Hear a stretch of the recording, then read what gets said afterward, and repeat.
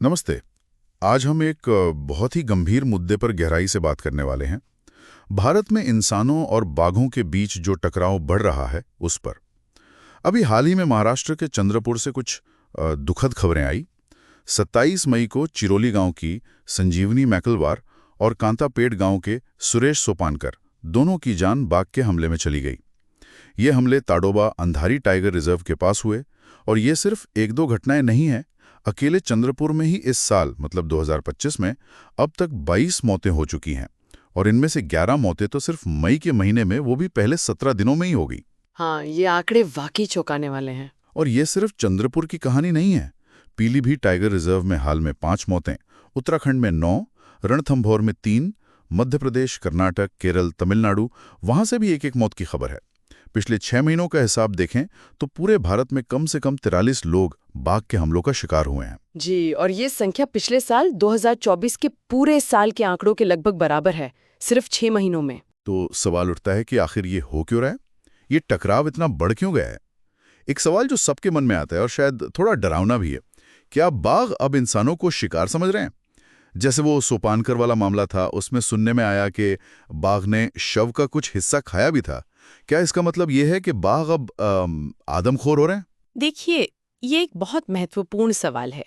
वन्यजीव विशेषज्ञ ये मानते हैं कि बाघ आमतौर पर इंसानों पर हमला तभी करते हैं या उन्हें खाते हैं जब वो मान लीजिए बहुत बूढ़े हो गए हों या घायल हों।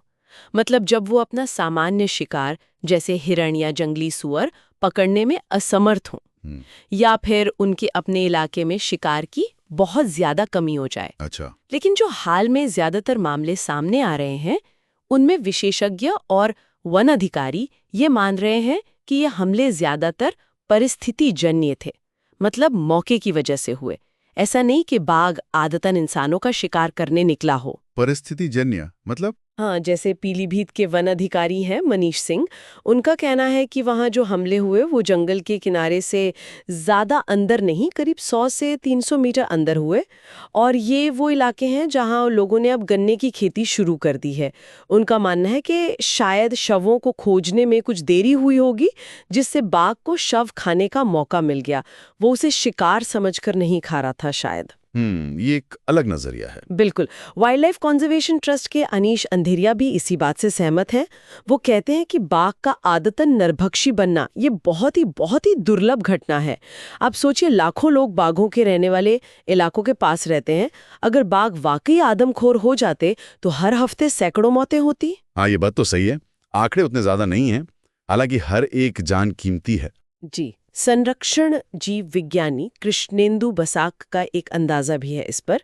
वो कहते हैं कि एक बाघ को साल में करीब 50 शिकार चाहिए होते हैं, और इतने शिकार के लिए उसके इलाके में कम से कम 500 शिकार बनने वाले जंगली जानवर जैसे हिरण, सांभर वगैरह होने चाहिए। अब सोचिए, अगर अकेले तराई क्षेत्र मतलब पीलीभीत, दुधवा वगैरह के सारे बाघ नरभक्षी हो जाएं, तो उन्हें साल में लगभग 11,200 इंसानों की जरूरत पड़ेगी। 11,000? हाँ, जबकि असलियत में वहां औसतन साल में करीब 20 मौतें होती हैं।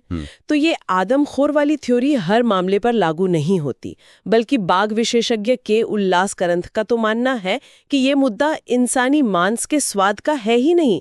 असल मुद्दा है बाघों का इंसानों से डर खत्म होना। अच्छा, डर खत्म होना। हाँ। ये कैसे हो रहा है? रणथंभौर में वन अधिकारियों पर भी हमले हुए थे। क्या इसका ताल्लुक बढ़ते टूरिज्म से है या फिर जो इंफ्रास्ट्रक्चर डेवलपमेंट हो रहा है जंगलों के आसपास? हाँ, ये भी एक बहुत बड़ा फैक्टर है। इंसानों की मौजूदगी बढ़ गई है। वन्यजीव विशेषज्ञ एम.के. रंजीत सिंह कहते हैं कि इंसान बाघों के आने जाने के रास्तों पर, जिन्हें हम कॉरिडोर कहते हैं, उन पर भी अतिक्रमण कर रहे हैं। इससे बाघों को घूमने फिरने की जगह कम मिल रही है। और अभिषेक हरिहर जैसे विशेषज्ञ बताते हैं कि बाघों की आबादी तो बड़ी है, जो अच्छी बात है संरक्षण के लिहाज से, लेकिन इसके कारण कई टाइगर रिजर्व्स अब अपनी क्षमता तक पहुंच गए हैं। मतलब वहां जरूरत से ज्यादा बाघ हो गए हैं।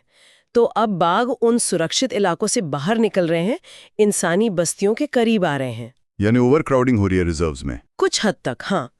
अकारंथ ये भी बताते हैं कि कुछ जगहों पर बाघों का घनत्व, मतलब प्रति वर्ग किलोमीटर बाघों की संख्या, सामान्य से ज्यादा हो गई है। सामान्य तौर पर ये 8 के करीब होती है, पर कहीं-कहीं ये 10 से 15 तक पहुंच गई है। और ये शायद रिजर्व मैनेजमेंट ने जो आवास में बदलाव किए हैं, घास के मैदान बनाए हैं, उसका नतीजा हो सकता है। तो ज्यादा बाघ, कम जगह और इंसानों से बढ़ता सामना। बिल्कुल, हैदराबाद के इमरान सिद्दीकी चंद्रपुर का ही उदाहरण देते हैं। वो बताते हैं कि 2006 में वहाँ करीब 30-40 बाघ हुआ करते थे। आज वहाँ करीब 250 बाघ हैं। 250? जी।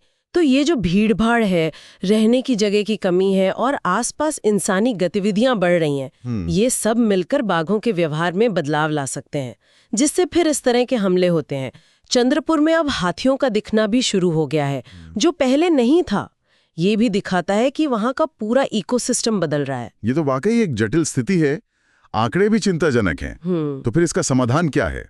कुछ तो करना होगा। हाँ, समाधान ढूंढना बहुत जरूरी है और विशेषज्ञ अब जो जोर दे रहे हैं वो है समुदाय आधारित संरक्षण रणनीतियों पर। मतलब स्थानीय लोगों को साथ लेकर चलना होगा। स्थानीय लोगों को कैसे? सिद्दीकी जैसे एक्सपर्ट्स का सुझाव है कि जो कॉरिडोर वाले इलाके, मतलब 2 जंगलों को जोड़ने वाले रास्ते, वहां बाहर से शिकार लाकर डालना या पानी के कृत्रिम स्रोत बनाना, ऐसी चीजें बंद करनी चाहिए।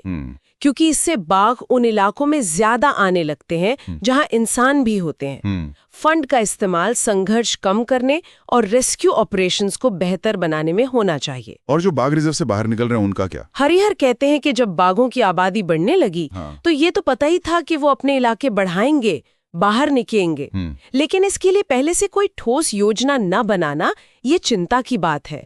हमें ऐसे इलाकों को मैनेज करने के लिए तैयार रहना चाहिए था। और यहाँ पर वन अधिकार अधिनियम 2006 का सही तरीके से लागू होना बहुत जरूरी है। वन अधिकार अधिनियम, वो कैसे मदद करेगा? देखिए, इस कानून से जंगल में रहने वाले समुदायों को अधिकार मिलते हैं। ये वही लोग हैं जो बाघों के सबसे करीब रहते हैं और इस संघर्ष से सबसे ज्यादा प्रभावित होते हैं। अगर उन्हें संरक्षण के कामों में, फैसलों में सक्रिय भागीदार बनाया जाए तो वो बहुत मदद कर सकते हैं।